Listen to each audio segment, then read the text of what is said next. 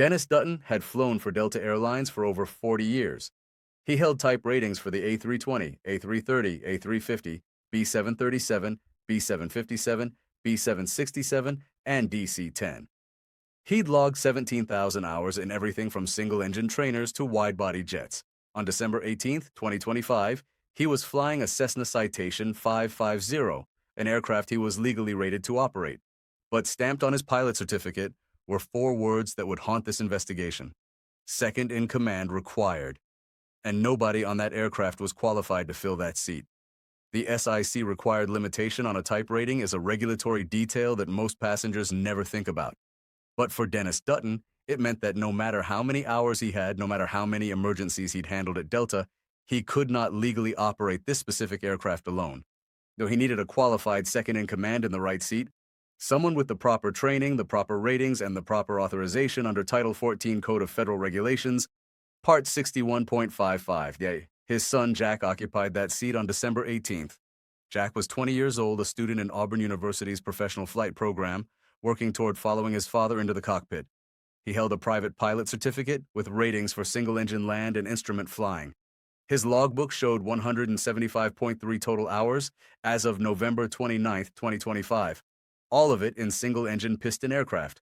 Not 1 hour in a jet, not 1 hour in anything resembling a Citation 550.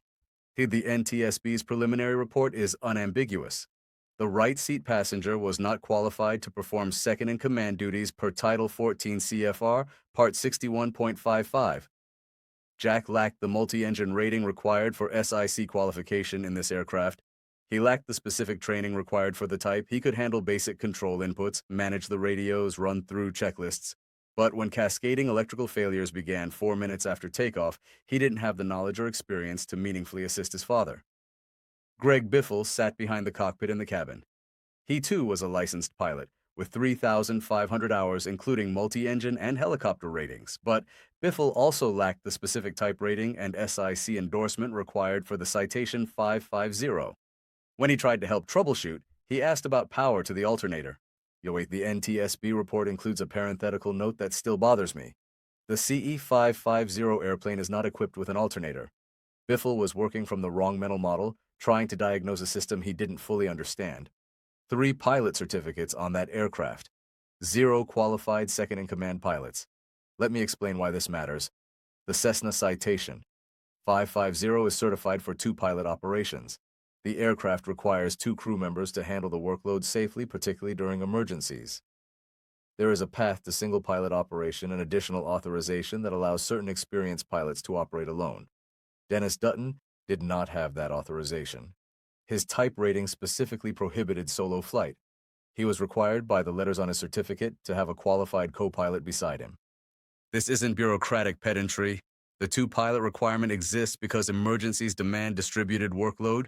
When instruments fail, when systems degrade, when weather closes in, one pilot flies the aircraft while the other troubleshoots, manages communications, and maintains situational awareness. The person in the right seat isn't just a passenger with a headset, they're a critical safety redundancy. At 10:18 on December 18th, Dennis Dutton reported that his altitude indicator wasn't working properly. Additional left side instruments may also have been malfunctioning. The Garmin GPS stopped recording airspeed and heading data. Something was systematically failing on the captain's side of the cockpit. 1 minute later, Dennis transferred control of the aircraft to Jack. The plane was at 4,500 feet. No malfunctions were recorded with the right side instruments. The obvious inference is that Dennis wanted to free his hands and attention to diagnose the problem while someone else kept the wings level. But Jack had never flown a jet. He'd never experienced the sight picture from a Citation cockpit. He'd never felt how the aircraft responds to control inputs at 160 knots. He was a student pilot with less than 200 hours being asked to fly an aircraft he'd never touched before in marginal weather, while his father tried to figure out why half his instruments had gone dark. By 10:13, Dennis had resumed control. All 3 pilot-rated individuals confirmed they could see the ground through the clouds. Dennis called for flaps, then landing gear. Jack complied with both requests, but the gear indicator lights didn't illuminate. Were the wheels down? The discussions suggested yes, mechanically down, but they had no visual confirmation. At 10:14:48, Jack keyed the radio. His transmission was brief. "We're having some issues here. Not a mayday call, not a declared emergency, just an understated acknowledgement that things weren't going well. A qualified SIC would have been trained to recognize this situation. Qualified SIC would have suggested declaring an emergency, requesting priority handling, perhaps even diverting to Charlotte, where instrument approaches and a control tower could guide them in. But Jack didn't have that training. He didn't know what he didn't know.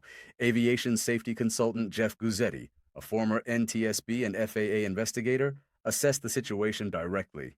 This airplane requires 2 trained pilots. And if things go wrong and you don't have a trained pilot, then bad things can happen. The airplane might have been able to be landed safely if there were 2 qualified pilots up front. We'll never know for certain, but the question lingers. Some might ask why Dennis Dutton didn't simply get the single pilot authorization that would have allowed him to fly alone. The answer is that single pilot operation requires specific additional training, typically in a simulator, demonstrating competence in handling all phases of flight without assistance. It's not a trivial upgrade. Many pilots who fly citations recreationally never bother with it, especially if they typically fly with a qualified co-pilot. Others might ask why Greg Biffle, when with his 3,500 hours and multi-engine rating, couldn't serve as SIC. The regulations are specific, and Part 61.55 requires an instrument rating, which Biffle had.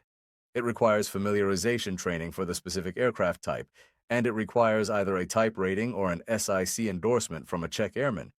Biffle had neither. He could sit in the cabin and offer suggestions. He could not legally occupy the right seat as a functioning crew member. The regulatory system is designed to ensure that everyone in a cockpit position has demonstrated competence for that specific aircraft. The rules exist because each aircraft type has unique systems, unique performance characteristics, unique failure modes. A pilot with thousands of hours in piston twins is not automatically qualified to manage a turbofan jet with pressurization systems, engine fire suppression, and complex avionics. Dennis Dutton knew these rules. He'd spent 4 decades operating under them at Delta. Every flight he commanded required a qualified first officer in the right seat. The airline never would have dispatched him without one. But this wasn't an airline operation. This was a private flight under Part 91 where the pilot in command bears sole responsibility for compliance. There was no dispatcher double-checking crew qualifications, no operations manual requiring verification before departure. Just Dennis, his son, his friend's family, and a flight plan to Florida. We don't know why the decision was made to operate with an unqualified SIC. Perhaps it was convenience. Perhaps Jack's presence in the right seat seemed adequate for a routine flight. Perhaps Dennis, with his 17,000 hours, felt confident he could handle anything that arose. Rart, experienced pilots sometimes develop a comfort level that obscures the reason regulations exist in the first place. But regulations don't exist for routine flights. They exist for the flights that go wrong. 4 minutes after takeoff, this flight went wrong. Instruments failed. Weather deteriorated. The crew turned back toward an airport they could barely see through the drizzle. And in the right seat was a 20-year-old student pilot with no jet experience, watching his father struggle to keep them alive. The aircraft struck approach lights 1,380 feet short of runway 28. It sheared through trees 12 feet above ground level. Fire erupted before the wreckage stopped moving.